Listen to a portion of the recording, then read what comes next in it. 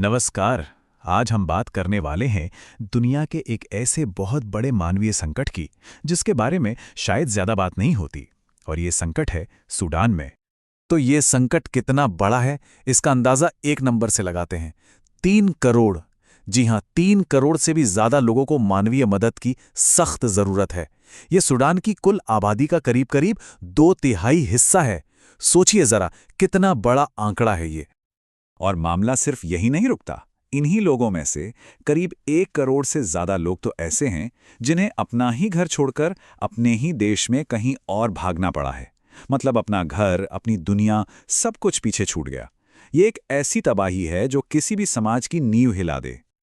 तो आखिर ये सब हुआ कैसे? कोई देश इस हाल में पहुंचता कैसे है?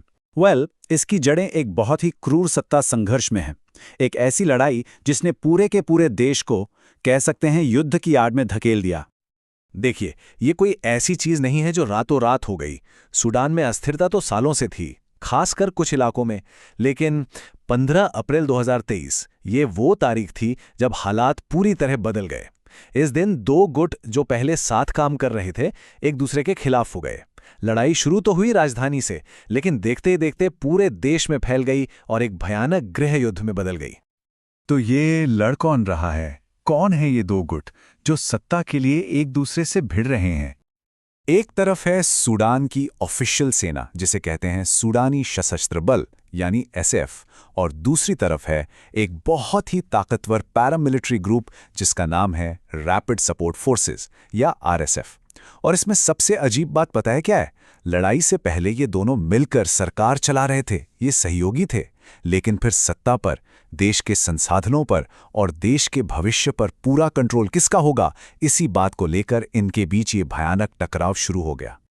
और इस लड़ाई का नतीजा बेहद विनाशकारी रहा है। इसने पूरे देश पर ऐसा असर डाला है कि आज सूडान सचमुच तबाही के मुहाने पे खड़ा है। ये सिर्फ एक लड़ाई नहीं है, ये एक साथ कई आपदाओं जैसा है। लाखों लोग बेघर हो चुके हैं, देश में भुखमरी और कुपोषण फैलता जा रहा है, हेल्थ केयर सिस्टम वो तो पूरी तरह से ढह चुका है, और इन सबके ऊपर मानव अधिकारों का जिस तरह से हनन हो रहा है वो एक अलग ही कहानी है। ये जो आंकड़े हैं ये इस संकट की पूरी तस्वीर साफ कर देते हैं। देश की 66% आबादी यानी 2/3 लोग मानवीय मदद के सहारे जी रहे हैं। ये एक ऐसा नंबर है जो किसी भी देश को घुटनों पर ला सकता है।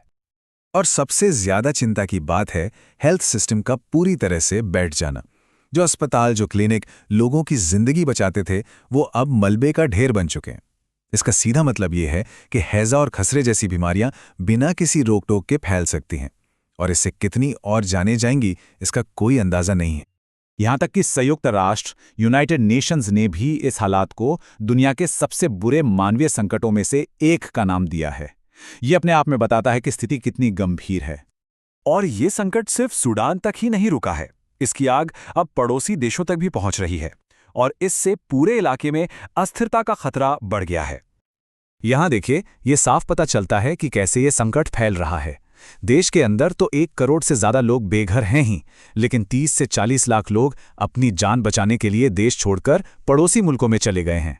अब इससे उन देशों पर भी जबरदस्त दबाव पड़ रहा है जिनके यहां पहले से ही अपनी परेशानियां हैं। लेकिन इस लड़ाई का जो सबसे भयावह चेहरा है वो आम लोगों पर हो रहे अत्याचारों का है। जो रिपोर्ट्स आ रही हैं, महिलाओं और बच्चों पर हमले, यौन हिंसा, ये सब सुनकर रूह कांप जाती है। तो एक सवाल मन में आता है कि अगर संकट इतना बड़ा है तो फिर मदद क्यों नहीं पहुंच पा रही है? क्या वजह है? असल में शांति के रास्ते में कई बहुत बड़ी रुकावटें हैं। पहली बात, ये लड़ाई रुकने का नाम ही नहीं ले रही है। दूसरा, दुनिया भर से जो मदद आनी चाहिए, जो फंडिंग मिलनी चाहिए, वो जरूरत के हिसाब से बहुत ही कम है। और तीसरा, लगातार लड़ाई और टूटे फूटे रास्तों की वजह से उन लोगों तक मदद पहुंचाना ही लगभग नामुमकिन हो गया है जिन्हें इसकी सबसे ज्यादा जरूरत है। और आखिर में एक सवाल जो सोचना बहुत जरूरी है, दुनिया का ये सबसे बड़ा मानवीय संकट आखिर दुनिया की नजरों से इतना दूर क्यों है?